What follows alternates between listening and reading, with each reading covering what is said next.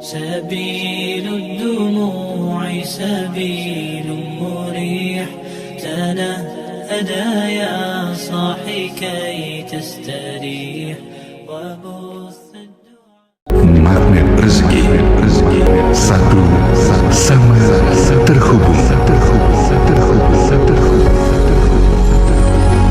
Bismillahirrahmanirrahim.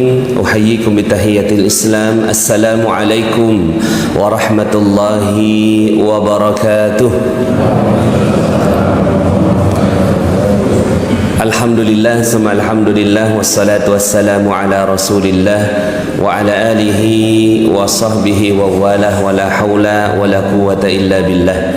Ashhadu an la ilaha illallah wa ashhadu anna Muhammadan abduhu wa rasuluhu la nabiyya ba'dah. Allahumma salli wa sallim ala nabiyyina Muhammadin wa ala alihi wa sahbihi wa junudihi wa ansarihi wa man jahada fi sabilihi ila yaumiddin, amma ba'd. Alhamdulillah, segala puji bagi Allah yang telah memberikan nikmatnya kepada kita semua sehingga di hari yang berkah dan mulia ini kita sama-sama diizinkan oleh Allah untuk menikmati salat subuh berjamaah. Dan kita lanjutkan dengan kajian sebelum waktu syuruk. Mudah-mudahan Allah Subhanahu wa taala jadikan hari ini menjadi hari indah, berkualitas karena kita bangun di dasar ibadah di sisi Allah Subhanahu wa taala. Semoga kita bisa terus seperti ini sampai akhir hayat kita. Amin ya rabbal alamin. Salawat dan salam semoga tercurah kepada junjungan kita Nabi besar Muhammad sallallahu alaihi wasallam beserta para keluarga, para sahabat dan para pengikutnya hingga yaumil akhir. Yang saya hormati Takmir Masjid Al-Mubarak yang dirahmati Allah, mudah-mudahan dipanjangkan umurnya para pengurus-pengurus takmir dalam keberkahan, rezekinya berkah berlimpah, anak-anaknya soleh-solehah, dan semua amal solehnya di masjid ini dibalas dengan ganjaran berlipat ganda di sisi Allah Subhanahu wa taala. Yang saya hormati Bapak Ibu hadirin wal hadirat yang menyaksikan atau yang hadir di tempat ini, mohon izin saya tidak bisa bahasa Jawa. Asal saya dari Jakarta, hanya bisa berdoa mugi-mugi panjenengan sedoyo diparingi sehat wal afiat. Rezeki ini pun berkah berlimpah, putra putri ini pun soleh-soleha, kapunduti pun husnul khatimah, saged malebet swarga firdaus. Amin Allahumma amin. Hanya itu hafalannya Pak. Setelah itu mohon izin kalau bahasa Indonesia. Hari ini saya diminta untuk membahas tentang keajaiban di bumi Tuban ya. Sebenarnya keajaiban ada di mana-mana ya. Mudah-mudahan pembahasan ya, syukur. Pembahasan kali ini membuat Bapak Ibu hadirin wal hadirat mendapatkan keajaiban dari Allah Subhanahu wa taala. Saya menulis satu buku judulnya Magnet Rezeki. Alhamdulillah buku itu saat ini menjadi #1 bestseller di Indonesia. Alhamdulillah, semua atas izin Allah. Yang saya bahagia itu karena mengalahkan Detektif Conan dan Harry Potter gitu. Ya. Itu yang kita syukuri, ternyata ada buku kita yang bisa mengalahkan buku yang isinya mengandung kesyirikan dan hal-hal yang tidak baik. Kenapa disebut magnet rezeki? Karena dalil Allah Subhanahu wa taala dalam surat Ali Imran ayat 37. Allah Subhanahu wa taala berfirman, A'udzu billahi minasyaitonir rajim. Kullama dakhala 'alaiha Zakaria al-mihrab wajada 'indaha rizqan. Qala ya Maryam anna laki hadha?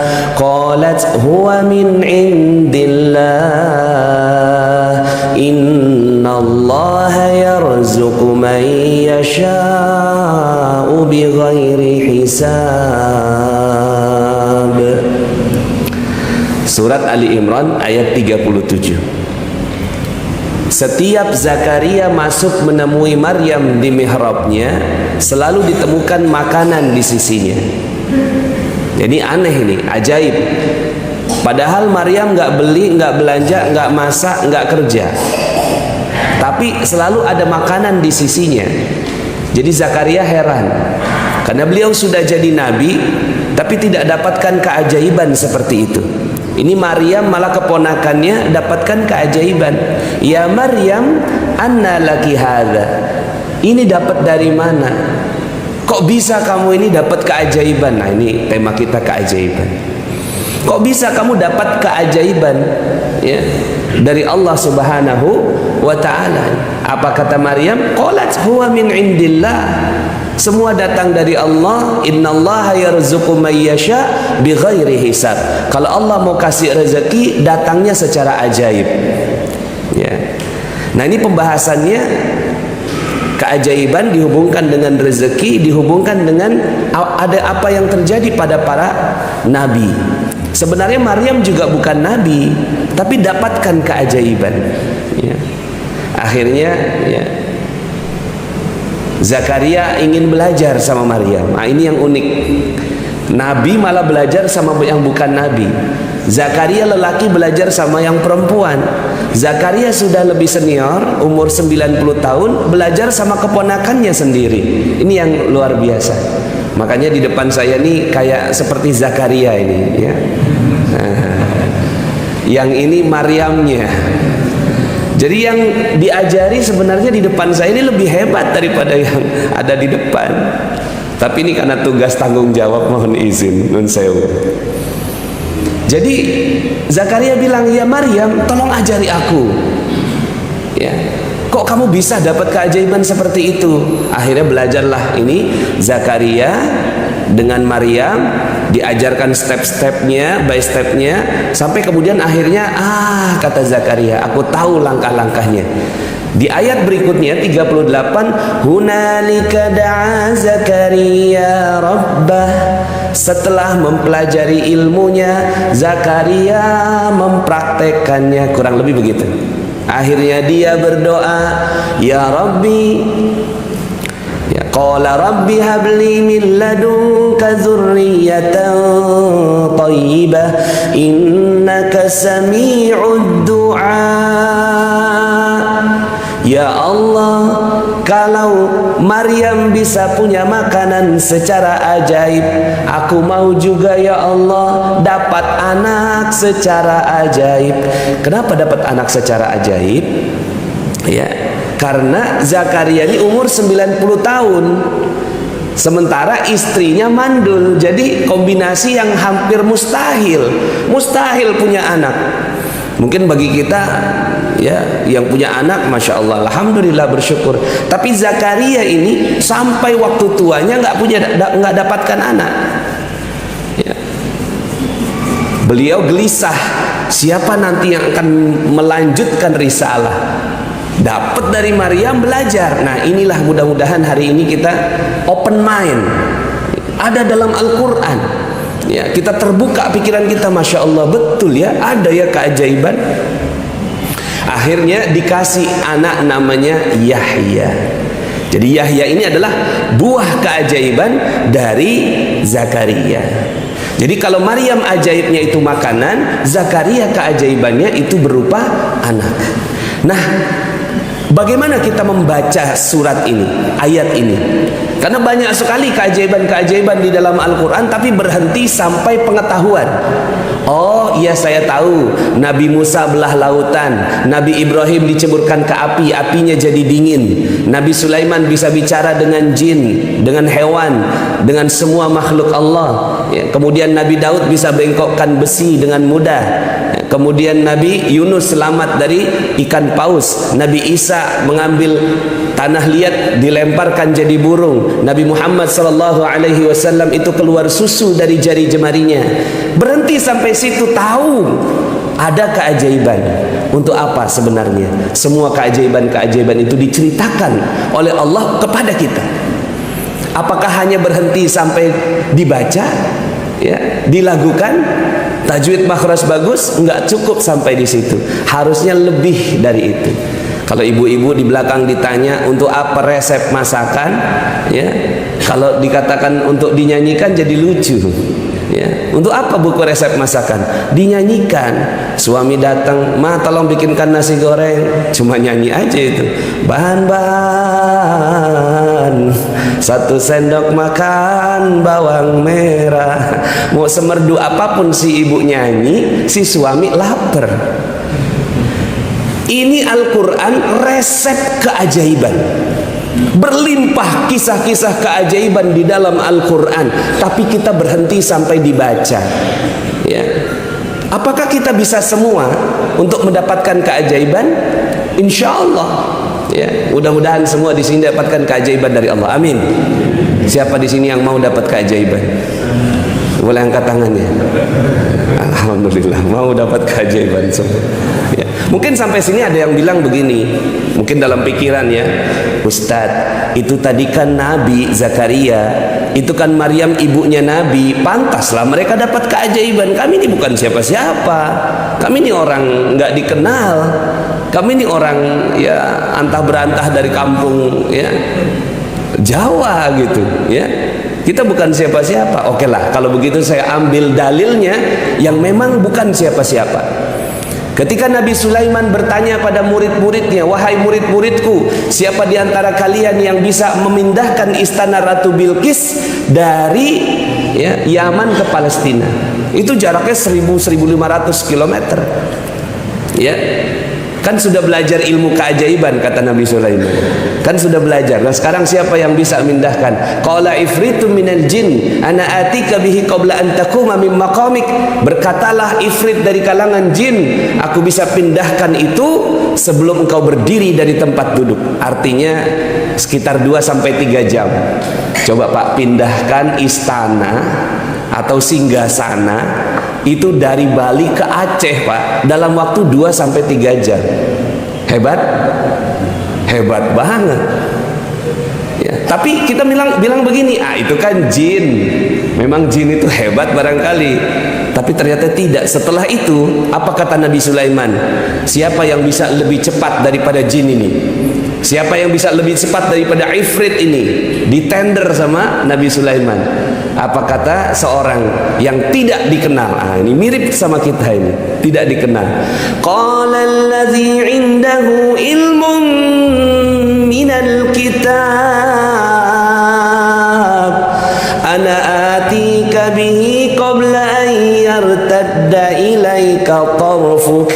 Berkatalah seorang yang tidak dikenal dari kalangan manusia, tapi dia sungguh-sungguh belajar dari Alkitab, yaitu Al-Quran. Ana atika bihi qabla ayyartadda ilaika tarfuk. Aku akan pindahkan singgasana itu sebelum mata berkedip. Masya Allah, sebelum mata berkedip Pak. Sekedip mata aja udah hebat, ini sebelum mata berkedip. Ini kan lebay sekali ayat Al-Quran ini. Kok lebay sekali ayat Al-Quran ya? Sekarang pertanyaannya, untuk apa kisah ini diceritakan kepada kita? Dan ini dikatakan ini bukan nabi, bukan keluarga nabi, bukan jin, tapi orang tidak dikenal manusia, sama seperti Anda semua, kita semua yang ada di sini. Untuk apa kisah ini diceritakan? Untuk dinyanyikan? Untuk pengetahuan? Atau untuk dipraktekkan? Untuk apa Bapak Ibu? Coba tangannya begini supaya seru pagi-pagi ini. Dipraktekkan. Untuk apa kisah Nabi Sulaiman itu diceritakan kepada kita? Dipraktekkan. Praktek, bismillah. Cuma begini, wah Ustadz memang bisa kita praktek seperti itu? Bisa, insya Allah bisa. Itu makanya tema kita hari ini, keajaiban di bumi Tuban ya. Bisa insya Allah. Dan yakin dulu bahwa kita bisa ya. Cuma memang keajaiban para nabi disebut mukjizat. Keajaiban para nabi disebut mukjizat. Keajaiban ulama disebut karomah. Keajaiban kita semua orang biasa itu namanya ma'unah. Sama-sama keajaiban, cuma pastinya levelnya berbeda. Cuma insya Allah mudah-mudahan kita semuanya hidup dengan keajaiban. Saya nggak tahu Bapak Ibu semua, kalau saya baca buku, baca Al-Quran ini penasaran Pak, penasaran sekali. Kok bisa ya? Qabla ayyar tadda ilaika tarfuk, itu gimana ceritanya itu? Sebelum mata berkedip berubah itu singgasana. Apa kata Nabi Sulaiman? Hadza min fadli rabbi, ini adalah rahmat dari Tuhanku. Ya. Liyabluwani aashkuru am akfur, untuk menguji aku apakah aku bersyukur atau aku kufur. Lalu kemudian saya bilang gini dalam hati, ya Allah aku mau dong seperti itu, bisa nggak ya? Ya. Tapi ini ayatnya nih bukan manusia, bukan jin, bukan para nabi, tapi orang biasa. Ya Allah aku mau dong. Nah mungkin Bapak Ibu juga akan ngomong kayak gitu, aku mau dong. Ya. Akhirnya saya coba, ya, lihat laptop. Di laptop saya ada Google Map. Sebenarnya saya bilang, loh kok ada tanah kosong di belakang rumah kontrakan saya, ada sekitar 2 hektar. Itu tahun sekitar 2007. Ada tanah 2 hektar. Saya bilang gini, ya Allah aku mau dong tanah ini. Datangkan seperti datangnya istana Ratu Bilqis. Saya kedipin Pak, ting. Alhamdulillah nggak berubah Pak. Ternyata saya tidak sesakti itu. Ya. Tapi saya tidak menurunkan, saya nggak menurunkan level keyakinan saya. Saya mau ya Allah, itu saya mau ya Allah. Terserah gimana datang caranya. Beberapa hari kemudian Pak Lurah datang. Pak Nas mau beli tanah nggak? Di mana Pak? Di situ. Oh itu yang saya lihat di Google Map. Boleh deh Pak saya diantarkan ke pemilik tanahnya. Datanglah saya ke pemilik tanahnya. Ini mohon maaf bahasa Betawi ini. Pak Haji tanahnya mau dijual. Iya emang, cuma gua kagak tahu nih sertifikatnya di mana. Loh kok gitu Pak Haji? Iya 1 lemari sertifikat semua. Ternyata tuan tanah Bapak Ibu. Gua kagak paham yang lu maksud yang mana. Lu datang deh minggu depan, gue siapin sertifikatnya. Minggu depan saya datang lagi, sudah disiapkan 18 sertifikat di atas meja. Ini Pak Haji ini bilang, lu bawa deh semua. Bawa Pak Haji. Bayarnya bagaimana? Maksud saya bayar tuh pola pembayaran, harga, notarisnya siapa, kapan kita ke sana. Baru saya ngomong, bayarnya gimana? Dia balik nanya, emang lu punya duit? Lu sok-sokan mau nanya bayarnya gimana? Kata Kiai itu Pak Haji gitu. Karena waktu itu saya umur 28 tahun Pak. 28 tahun masih awam dalam berusaha begitu. Ya. Kemudian akhirnya, waduh saya kayak disekak gitu. Emang lu punya duit? Mau jawab nggak, mau jawab punya pasti bohong gitu. Mau jawab nggak punya takut nggak dikasih. Akhirnya saya dalam hati itu, ya sudahlah ini cuma sekedar ya latihan ketemu orang kaya, saya bilang gitu. Saya jawab deh tuh, kan dia nanya, emang lu punya duit? Nggak punya Pak Haji. Dia bilang gini, emang gua tahu roman muka lu. Lu kan masih bocah, lu bawa semua. Gua pengen tahu lu bisa bikin apa sama tanah gua. Ya Allah Pak, Bu, 2 miliar itu tanah harganya, 18 sertifikat asli saya bawa tanpa uang 1 sen pun, dan jadi perumahan. Dan perumahan itu yang masuk Metro TV disebut sebagai Indonesia's First Islamic Property Developer, developer syariah pertama di Indonesia tahun 2007. Masya Allah, saya bilang, wow, ternyata bisa jadi ajaib. Nggak sekedip mata nggak apa-apa ya Allah, yang penting ajaib. Itu kan akhirnya Bapak Ibu saya ketagihan, setiap melihat tanah saya kedipin Pak. Ada tanah di sana, ting jadi perumahan, ting jadi perumahan, ting jadi, Masya Allah, jadi sekitar 1000 unit rumah. Saya jual-jual itu dapat untung lah, alhamdulillah. Ya. Setelah itu saya coba, ya Allah aku pengen banget ya Allah bolak-balik ke tanah suci. Waktu itu ada seorang penceramah bilang, Nas, Ka'bah bagi ana itu cuma pintu samping katanya. Kalau ana mau ke Ka'bah, ana tinggal buka, ana masuk ke Ka'bah. Ya, artinya tinggal berangkat naik pesawat maksudnya. Ya Allah aku mau juga dong. Tiba-tiba ada yang telepon saya, Pak Nas mau pergi umroh nggak? Boleh Pak. Ya, ini ada ustadz nggak jadi berangkat, jamaahnya udah siap, visa udah keluar, tiket pesawat udah dibeli, hotel udah ada, tolong dong ente yang gantikan. Aduh maaf, saya bukan ustadz. Jadi saya guru ngaji ya, tajwid, makhraj, itu langgam, itu saya ngajar. Tapi kalau untuk ngajar umroh saya belum berani. Ya, darurat dia bilang gitu.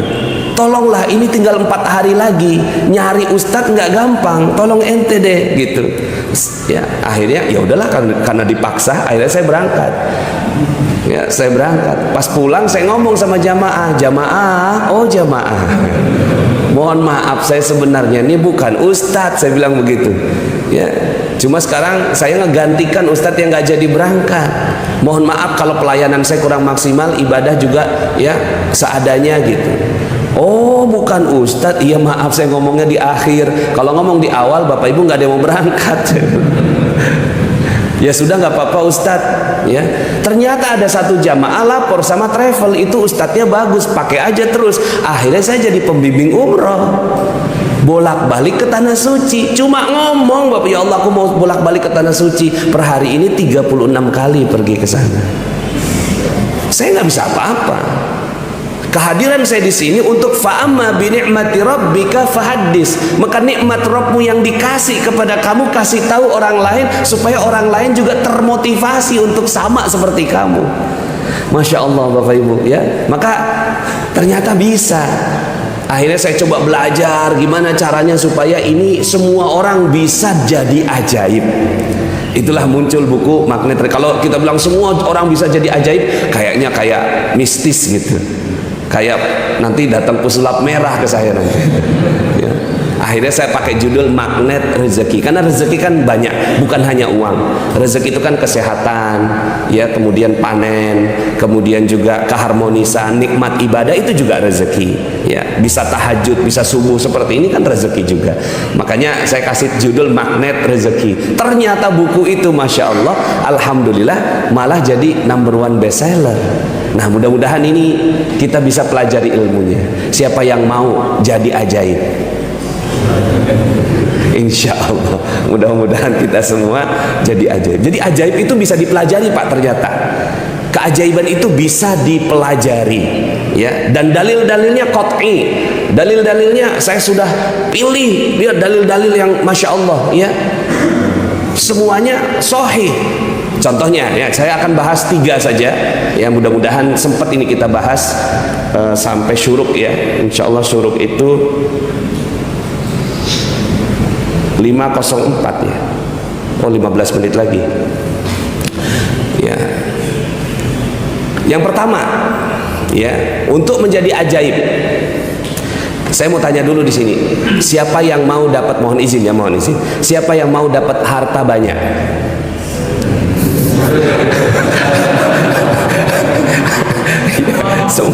semua mau ya dapat harta yang banyak ya. Iya. Jadi selama ini kita agak takut-takut ngebahas beginian di dalam masjid. Masa dalam masjid ngebahas uang, masa di dalam masjid ngebahas harta, padahal dalam Al-Qur'an ada. Ya. Tadi ketika saya tanya siapa yang mau dapat banyak harta, semua pada mau. Pertanyaannya, surat dan ayat berapa dalam Al-Quran yang Allah janjikan secara jelas, ya, secara jelas Allah akan kasih harta demi harta yang banyak. Banyak yang nggak tahu. Suratnya 71 ayat 12. 71 ayat 12. Dalam juz ke-29, suratnya surat Nuh. A'udzubillahi minasyaitonirrajim. Wa yumdidkum bi amwalin wa banina wa yaj'al lakum jannatin wa yaj'al lakum anhara. Itu ayatnya. Aku akan tambahkan kepadamu harta demi harta demi harta. Nah, itu karena bentuknya jamak. Bukan al-almal tapi al-amwal, bentuknya jamak. Silakan dicek 71 ayat 12. Jadi ternyata Allah janjikan harta yang banyak ya, kepada kita semua. Nah sekarang kan bagaimana caranya untuk dapat harta yang banyak itu? Bukan hanya harta, anak-anak, ya kebun-kebun, sungai-sungai yang mengalir, yang membuat kalian itu duduk diam, rezeki banyak datang kepada kamu. Gitu. Ya. Kemudian piye carane? Bagaimana caranya?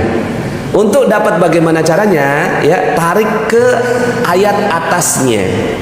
Jadi ayatnya tadi 12 ditarik ke 10. Itu caranya. Ya, bunyinya auzubillahi minasyaitonirrajim.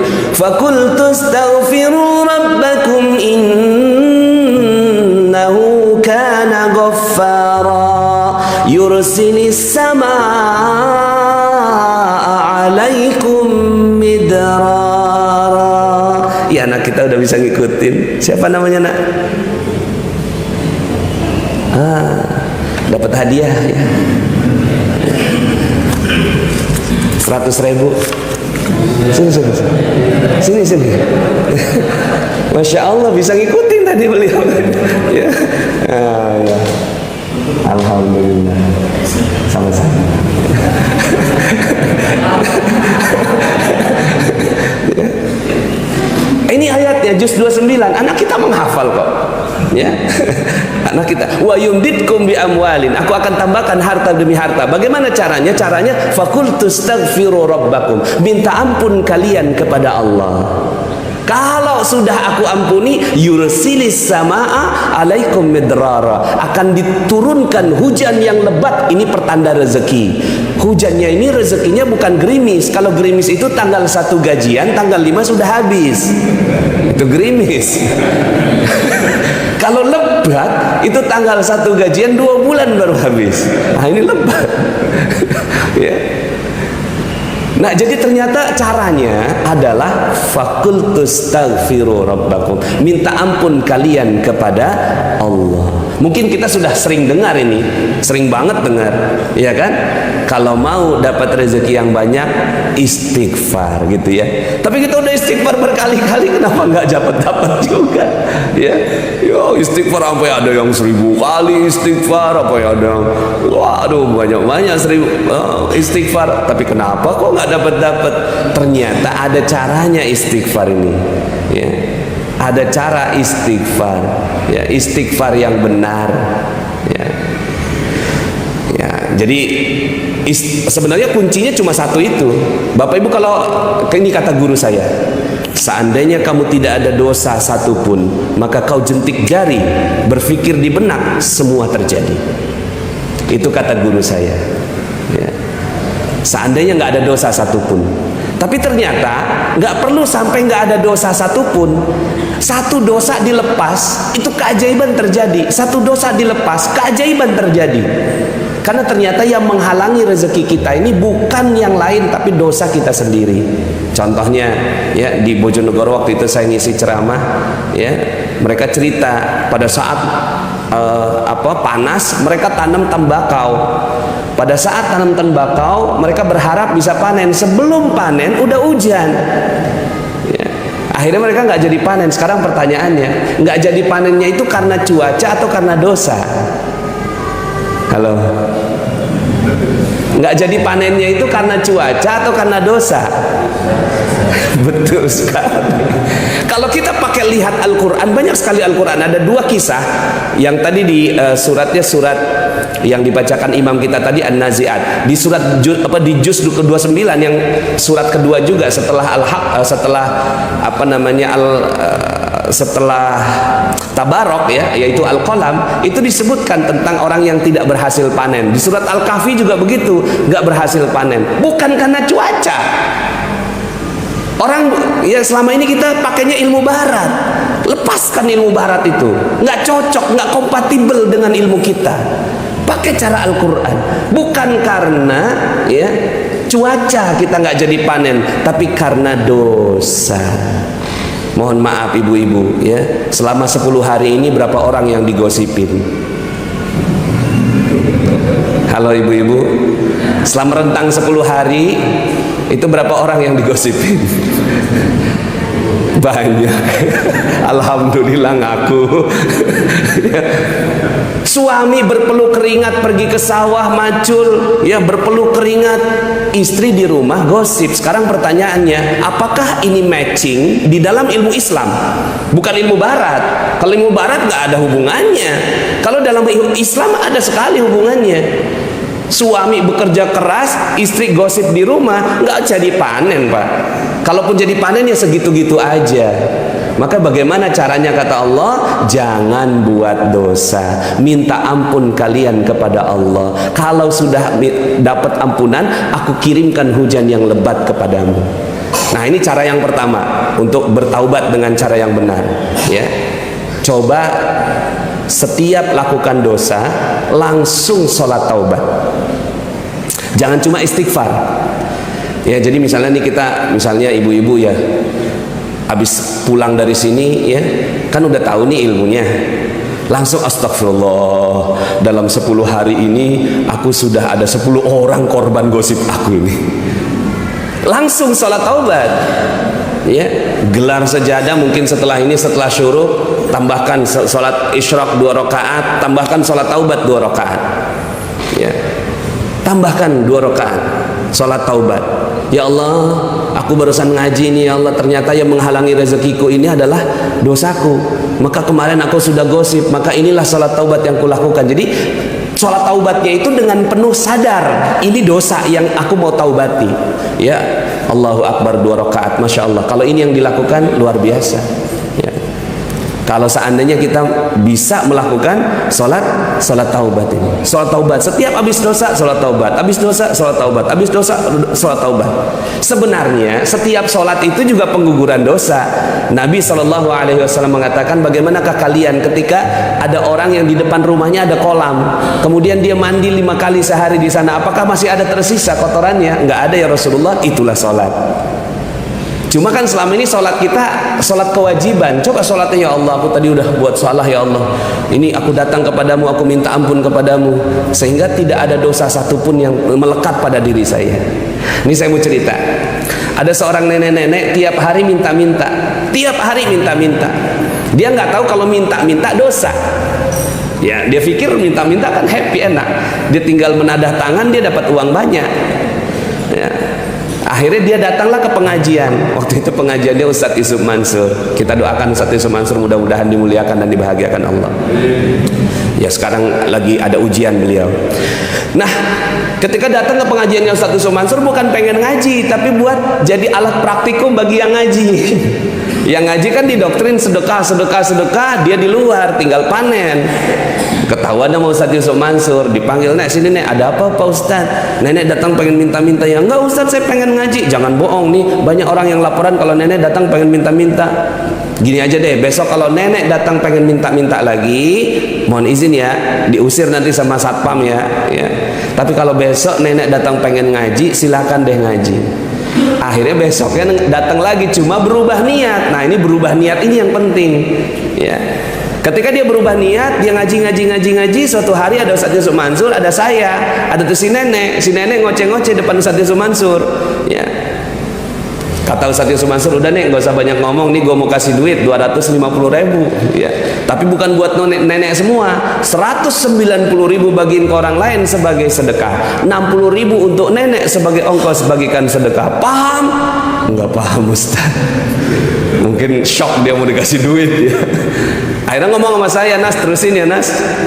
Akhirnya saya di kepala saya terusin jelasin. Saya jelasin pelan-pelan, "Nek, Ustadz Yusuf Mansur itu mau ngasih duit 250.000, betul kan Ustadz? Saya cari Ustadznya, loh, kok Ustadznya nggak ada?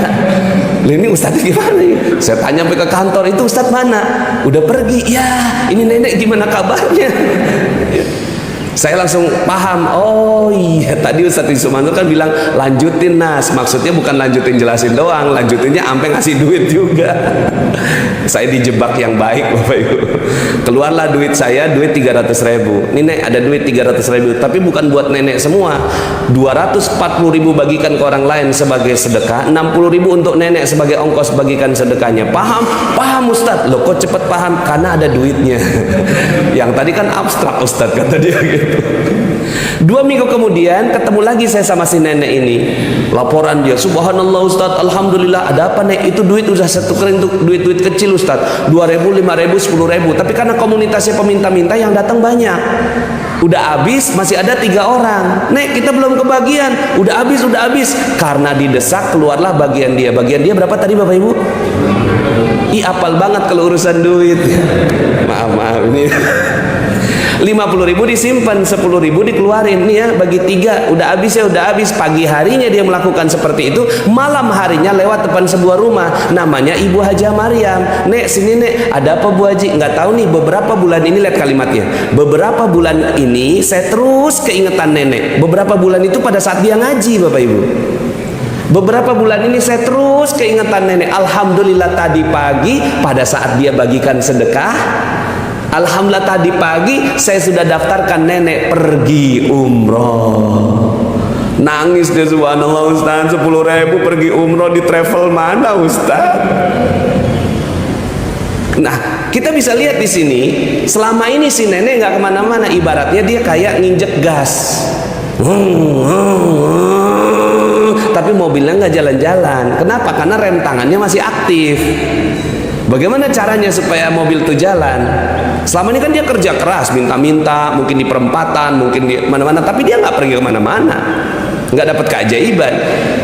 Tapi setelah dia lepas ini rem tangannya namanya dosa. Dosa apa? Dosa minta-minta. Ketika dilepaskan ini ya, maka gasnya itu pelan aja Pak. Makanya pulang dari sini Bapak Ibu jangan terlalu kerja keras. Capek Pak kerja keras. Mending kerja taubat aja Pak. Ada dosa taubat, ada dosa sholat taubat, ada dosa sholat taubat. Terus begitu. Saya kenal ilmu ini pada saat saya minus 21 miliar. Makanya bagi saya ilmu ini mahal bagi saya. Ini ilmu ini saya pelajari dengan minus 21 miliar.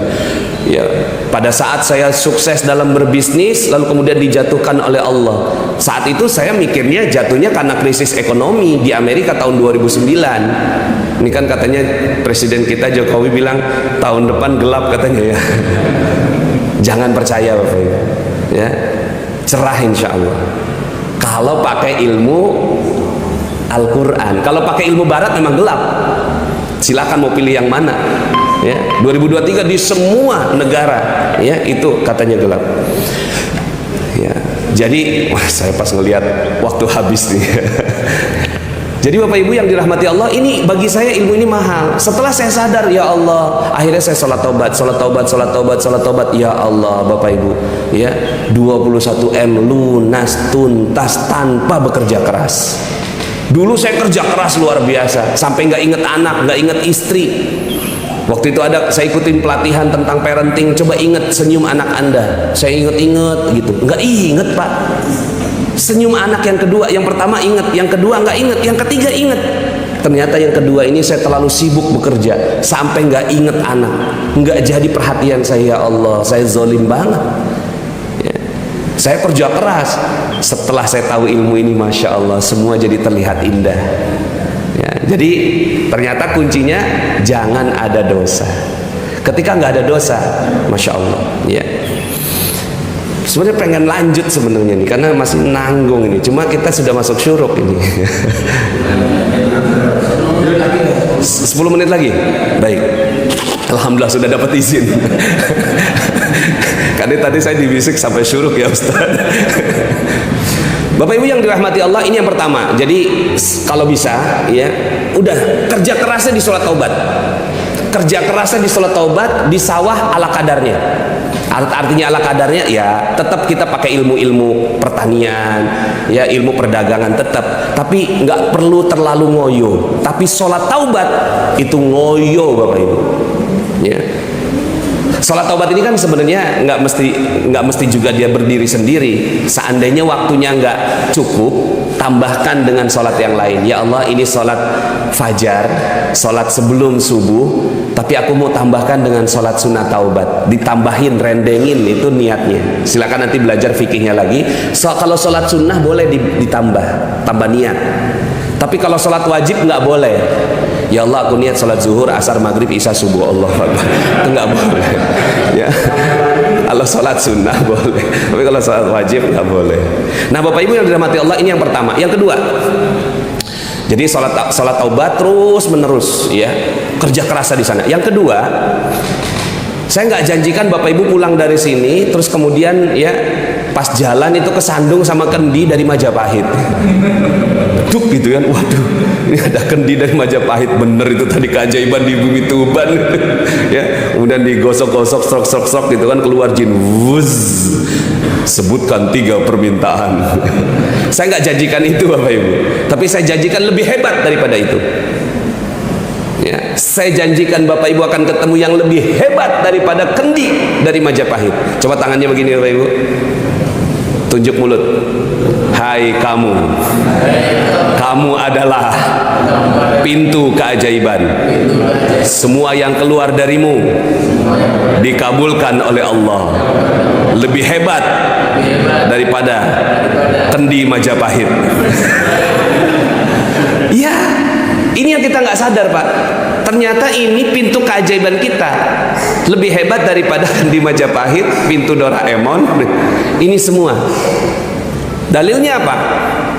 Suatu ketika Nabi Shallallahu Alaihi Wasallam melihat ada seorang sahabatnya yang meninggal dunia, namanya Abu Salamah. Ya, terus kemudian Nabi memeriksa, aduh ini udah meninggal dunia nih. Karena Abu Salamah adalah pimpinan kaum, itu semua pada panik. Masya Allah, kacau kita, dihancur hidup kita, dan seterusnya. Apa kata Nabi? La tad'u ala anfusikum illa bi khairin. Jangan berkata-kata yang keluar dari mulutmu kecuali yang baik saja. Fa innal malaikata yu'minuna ala ma taqulun. Karena sesungguhnya malaikat mengaminkan semua yang kamu katakan. Tadi kan ngomong hancur, kacau, ini semua dikabulkan, dikeluarin. Apa kata Ummu Salamah? Astagfirullah, kalau gitu aku minta yang lebih baik. Beberapa bulan kemudian Ummu Salamah dilamar sama Rasulullah Sallallahu Alaihi Wasallam. Lebih baik nggak gantinya? Lebih baik, jauh lebih baik. Maka Bapak Ibu, ini adalah pintu keajaiban di bumi Tuban. Di sini. Maka ini keluar yang baik-baik saja. Contoh ya begini ya, ada orang datang sama saya, Pak Nas, hidup saya hancur. Kalau saya nggak berani ngomong gitu Pak. Kata malaikat, amin. Saya nggak berani. Ada orang yang terlalu berani ngomong, aduh Pak Nas, hidup saya hancur. Kalau saya kan, dia curhat. Wow, keren, saya bilang gitu. Bingung dia, loh kok keren Pak Nas? Ya coba cerita, ada apa? Saya banyak utang Pak Nas.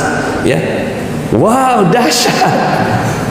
Pak Nas mah keren, dahsyat aja gitu. Iya, coba cerita berapa emang? 200 juta Pak Nas. Ini orangnya besok datang nagih Pak Nas, bawa polisi. Saya mau dipenjara kalau nggak ada uangnya Pak Nas. Tolong saya Pak Nas, saya pinjem barang sedikit.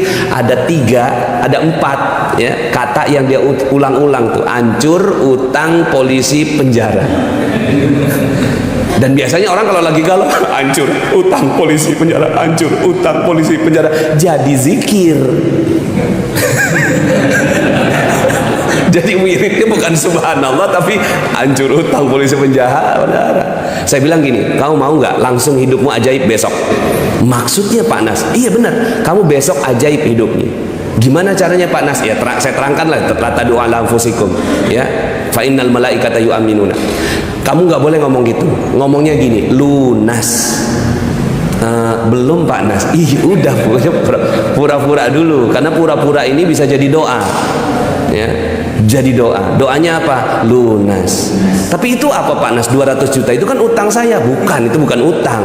Itu amanah. Sama aja Pak Nas, beda. Ya, coba sekarang ngomong amanah. Coba ngomong utang.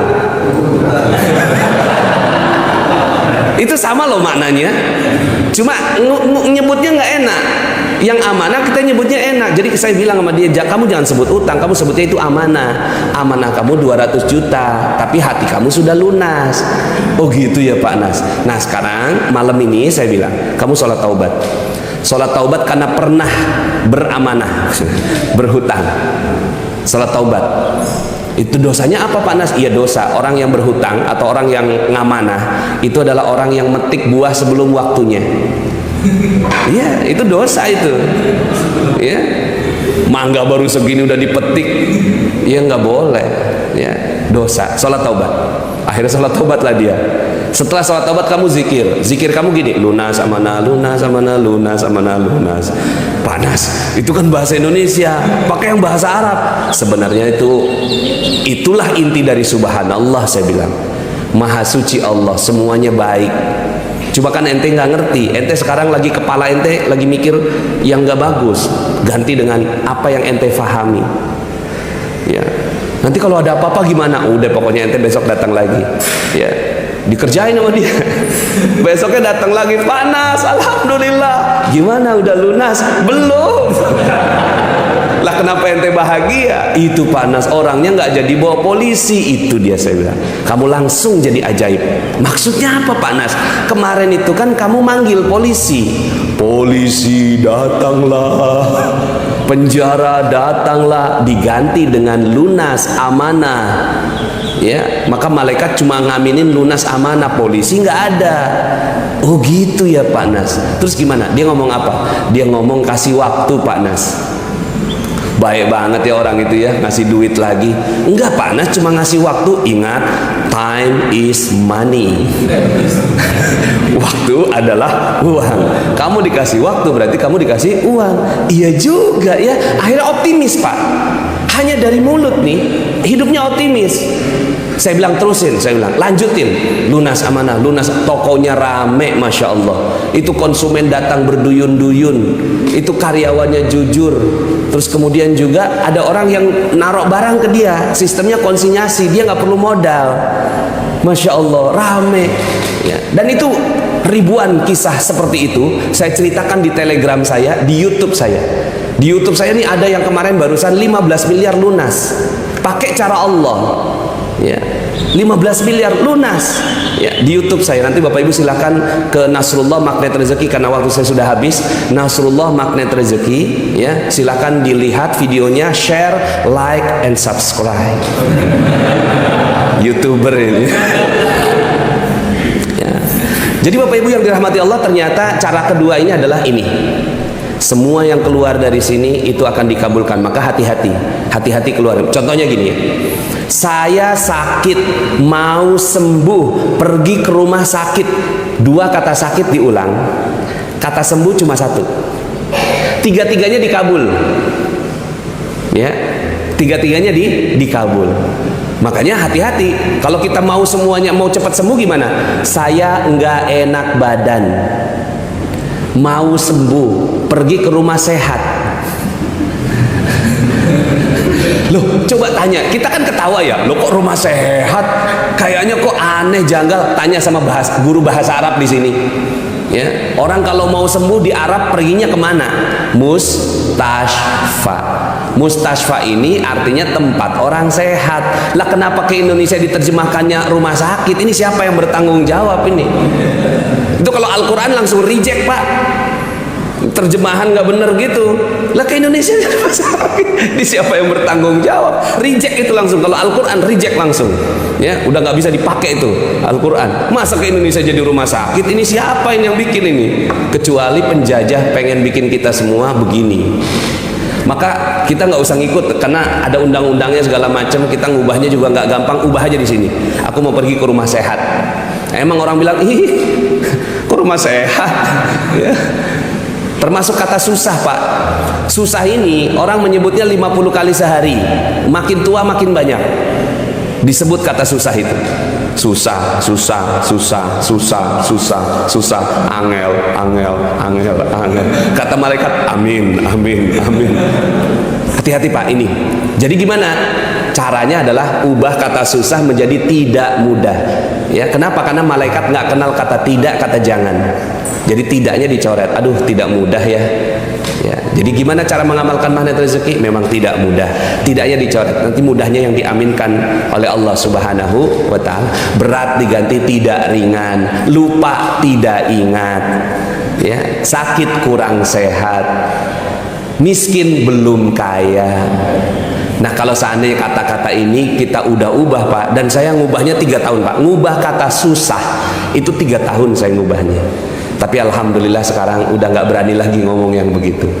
Nah, mudah-mudahan Bapak Ibu semuanya, ya ini karena waktunya sudah habis, Nanti Bapak Ibu silahkan kalau mau dapatin ilmu gratis ya, ini bisa hubungi WA saya 0898 berapa?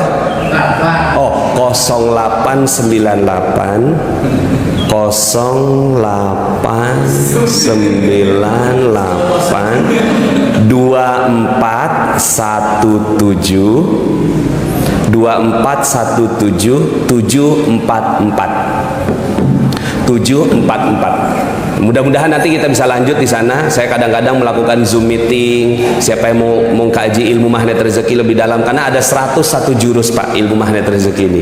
Ya, setelah dipelajari semuanya, masya Allah, insya Allah. Yang penting sekarang Bapak Ibu yakin akan terjadi keajaiban. Siapa yang yakin akan terjadi keajaiban pada kehidupannya?